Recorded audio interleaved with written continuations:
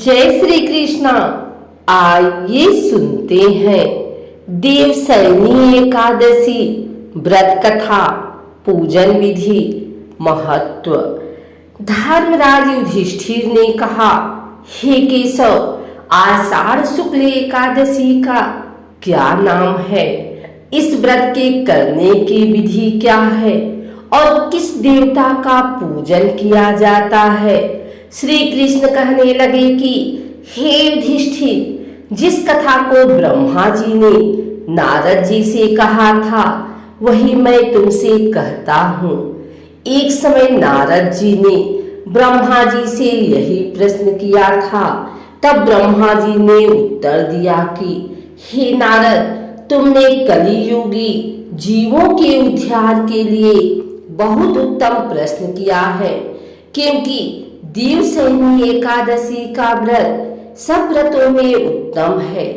इस व्रत से समस्त पाप नष्ट हो जाते हैं और जो मनुष्य इस व्रत को नहीं करते वे नरकगामी होते हैं। इस व्रत के करने से भगवान विष्णु प्रसन्न होते हैं। इस एकादशी का नाम पद्मा है। अब मैं तुमसे एक पौराणिक कथा कहता हूँ, तुम मन लगाकर सुनो। सूर्यवंश में मांधाता नाम का एक चक्रवर्ती राजा हुआ जो सत्यवादी और महान प्रतापी था। वह अपनी प्रजा का पुत्र की भांति पालन किया करता था। उसकी सारी प्रजा धन धान्य से भरपूर और सुखी थी। उसके राज्य में कभी अकाल नहीं पड़ता था। एक समय उस राजा के राज्य में 3 वर्ष तक वर्षा नहीं हुई और अकाल पड़ गया। प्रजा अन्न की कमी के कारण अत्यंत दुखी हो गई। अन्न के न होने से राज्य में यज्ञ आदि भी बंद हो गए। एक दिन प्रजा राजा के पास जाकर कहने लगी कि हे राजा, सारी प्रजा त्राहि त्राहि पुकार रही है, क्योंकि समस्त विश्व की सृष्टि का कारण वर्षा है। वर्षा के अभाव से अकाल पड़ गया है और अकाल से प्रजा मर रही है। इसलिए हे राजन, कोई ऐसा उपाय बताओ जिससे प्रजा का कष्ट दूर हो। राजा मांधाता कहने लगे कि आप लोग ठीक कह रहे हैं।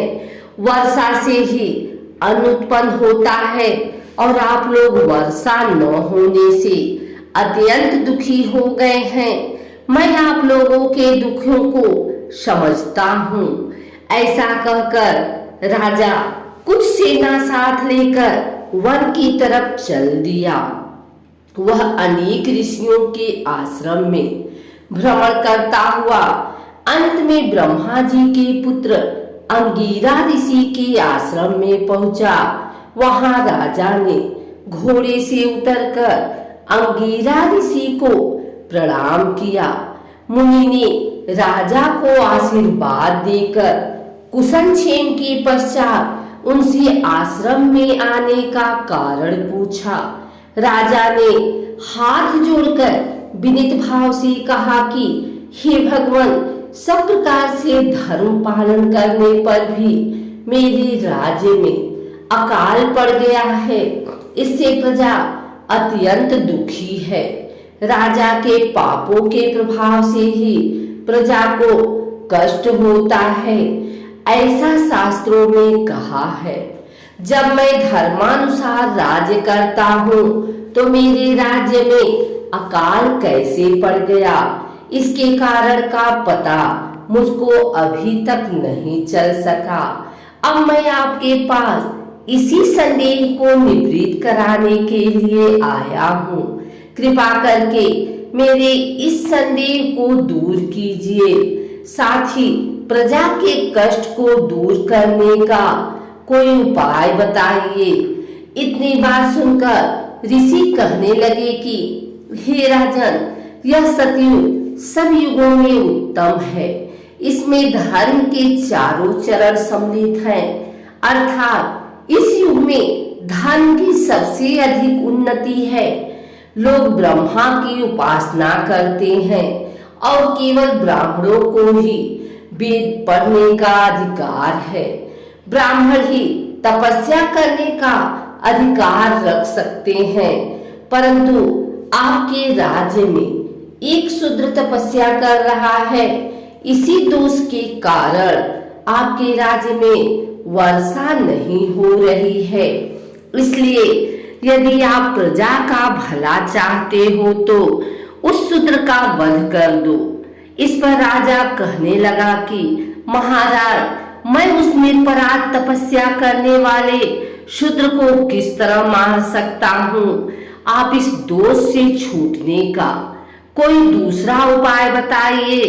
तब ऋषि कहने लगे कि हे राजन, यदि तुम अन्य उपाय जानना चाहते हो तो सुनो। आषाढ़ मास के शुक्ल पक्ष की पद्मा नाम की एकादशी का विधि पूर्वक व्रत करो। व्रत के प्रभाव से तुम्हारे राज्य में वर्षा होगी और प्रजा सुखी प्राप्त करेगी, क्योंकि इस एकादशी का व्रत सब सिद्धियों को देने वाला है और समस्त उपद्रवों को नाश करने वाला है। इस एकादशी का व्रत तुम प्रजा सेवक तथा मंत्रियों सहित करो। मुनि के इस वचन को सुनकर राजा अपने नगर को वापस आया और उसने विधि पूर्वक पद्मा एकादशी का व्रत किया। उस व्रत के प्रभाव से वर्षा हुई और प्रजा को सुख पहुंचा। अतः इस मास की एकादशी का व्रत सब मनुष्यों को करना चाहिए। यह व्रत इस लोक में भोग और परलोक में मुक्ति को देने वाला है। इस कथा को पढ़ने और सुनने से मनुष्य के समस्त पाप नाश को प्राप्त होते हैं। देवशयनी एकादशी पूजन विधि एवं महत्व। इस एकादशी को सौभाग्यदायिनी एकादशी कहा जाता है। पद्म पुराण के अनुसार इस दिन व्रत या उपवास रखने से अनजाने में किए गए पाप खत्म हो जाते हैं। इस दिन विधि विधान से पूजा करने से मोक्ष की प्राप्ति होती है। ब्रह्मवैवर्त पुराण के अनुसार इस व्रत को करने से मनोकामना भी पूरी होती है।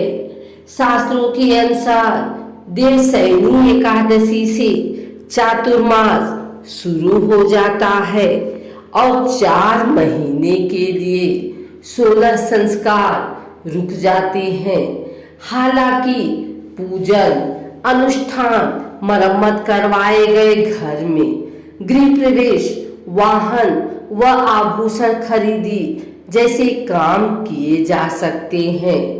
भागवत महापुराण के अनुसार आषाढ़ माह की शुक्ल पक्ष की एकादशी तिथि को शंखासुर राक्षस मारा गया था। उस दिन से भगवान 4 महीने तक क्षीर समुद्र में सोते हैं। अन्य ग्रंथों के अनुसार भगवान विष्णु ने राजा बलि से 3 पग दान के रूप में मांगे। भगवान ने पहले पग में पूरी पृथ्वी, आकाश और सभी दिशाओं को ढक लिया। अगले पग में पूरे स्वर्ग लोक को ढक लिया। तब तीसरा राजा बलि ने अपने सिर पर रखवाया। इससे प्रसन्न होकर उन्होंने राजा बलि को पाताल लोक का अधिपति बना दिया और उनसे वरदान मांगने को कहा। बलि ने वर मांगते हुए कहा कि भगवान हमेशा मेरे महल में रहें। भगवान बलि के बंधन में बंधा देखते हुए माता लक्ष्मी ने बलि को भाई बनाया और भगवान को वचन से मुक्त करने का अनुरोध किया। माना जाता है तब से भगवान विष्णु का अनुसरण करते हुए तीनों देव 4-4 महीने में पाताल में निवास करते हैं। विष्णु देवसैनी एकादशी से देव उठनी एकादशी तक, शिव जी महाशिवरात्रि तक और ब्रह्मा जी शिवरात्रि से देवसैनी एकादशी तक रहते हैं। एकादशी पर सुबह जल्दी उठें, घर की साफ सफाई और नित्य कर्म से निवृत्त हो जाएं। इसके बाद घर में गंगा जल से छिड़काव करें। घर के पूजा स्थल या किसी पवित्र स्थान पर भगवान श्री हरि विष्णु की सोने चांदी तांबे या कांसे की मूर्ति स्थापित करें। इसके बाद षोडशोपचार से उनकी पूजा करें और भगवान विष्णु को पीताम्बर से सजाएं। फिर व्रत कथा सुने और आरती कर प्रसाद को बांटें।